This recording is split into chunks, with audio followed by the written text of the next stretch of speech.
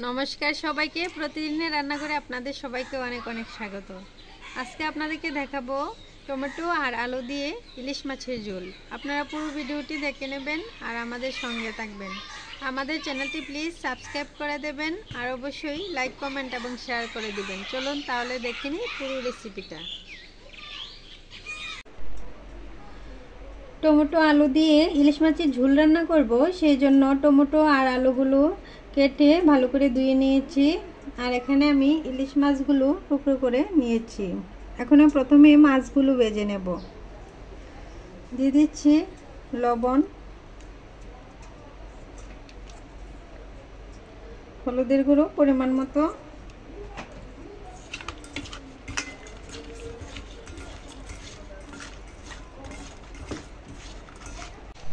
চুলায় কড়াই বসিয়ে দিয়েছি। কড়াই গরম হয়ে গেছে। এখন দিয়ে দিচ্ছি পরিমাণ মতো সরিষার তেল।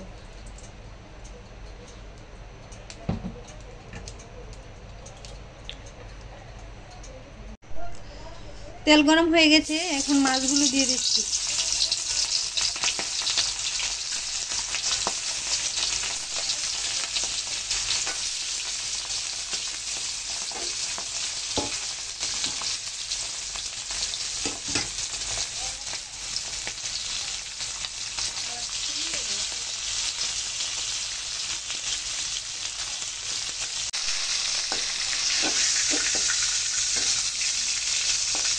মাছ ভাজা হয়ে গেছে, এখন নামিয়ে নিচ্ছি।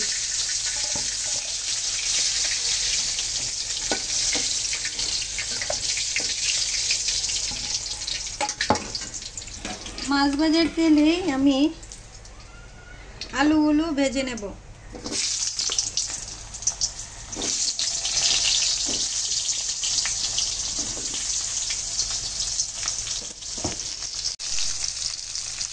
দিয়েছি লবণ,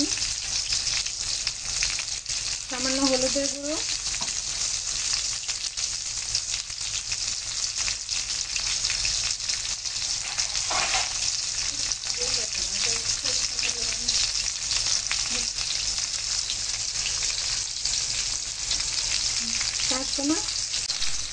দিয়ে দেবো সামান্য একটু জল। আলুগুলো সিদ্ধ হয়ে যাবে, এখন দেখে ভেজে নেব। আলু ভাজা হয়ে গেছে, নামিয়ে নিচ্ছি।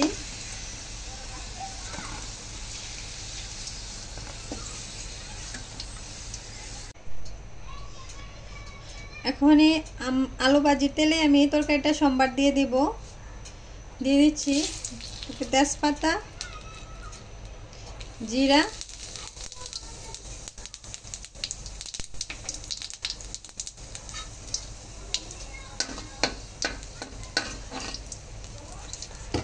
দিয়ে দিচ্ছি কয়েকটা সরিষা। এখন দিয়ে দেব টমেটোগুলো।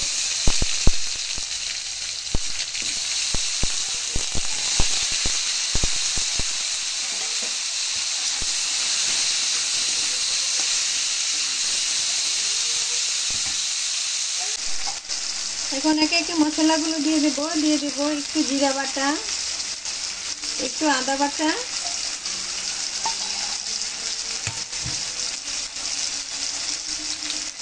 হলুদ গুঁড়ো,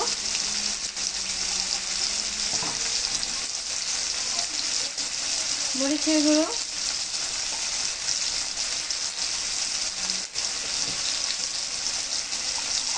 ধনিয়া গুঁড়ো,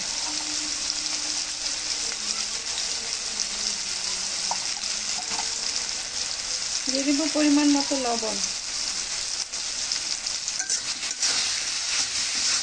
এখন একটু কষিয়ে নেব।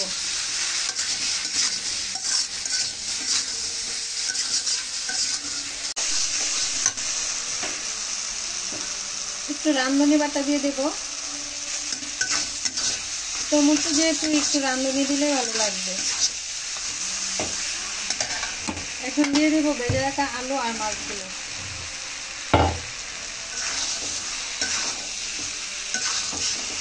দিয়ে দেব পরিমাণ মতো জল।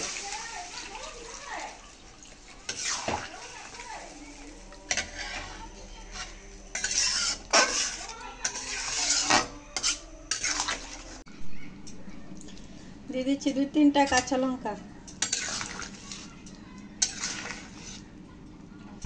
ঝোল রান্না হয়ে গেছে, এখন নামিয়ে নেব।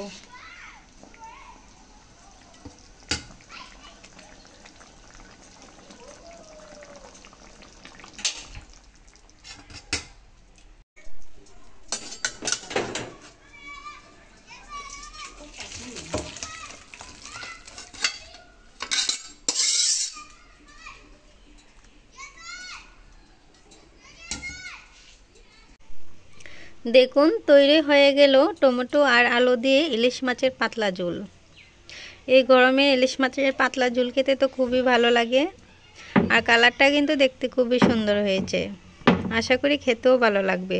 আপনারা একবার এইভাবে ট্রাই করে দেখতে পারেন, আশা করি আপনাদেরও ভালো লাগবে। আমাদের ভিডিওগুলি যদি আপনাদের ভালো লাগে থাকে তাহলে আমাদের চ্যানেলটি প্লিজ সাবস্ক্রাইব করে দেবেন, আর অবশ্যই লাইক, কমেন্ট এবং শেয়ার করে দেবেন। ধন্যবাদ সবাইকে।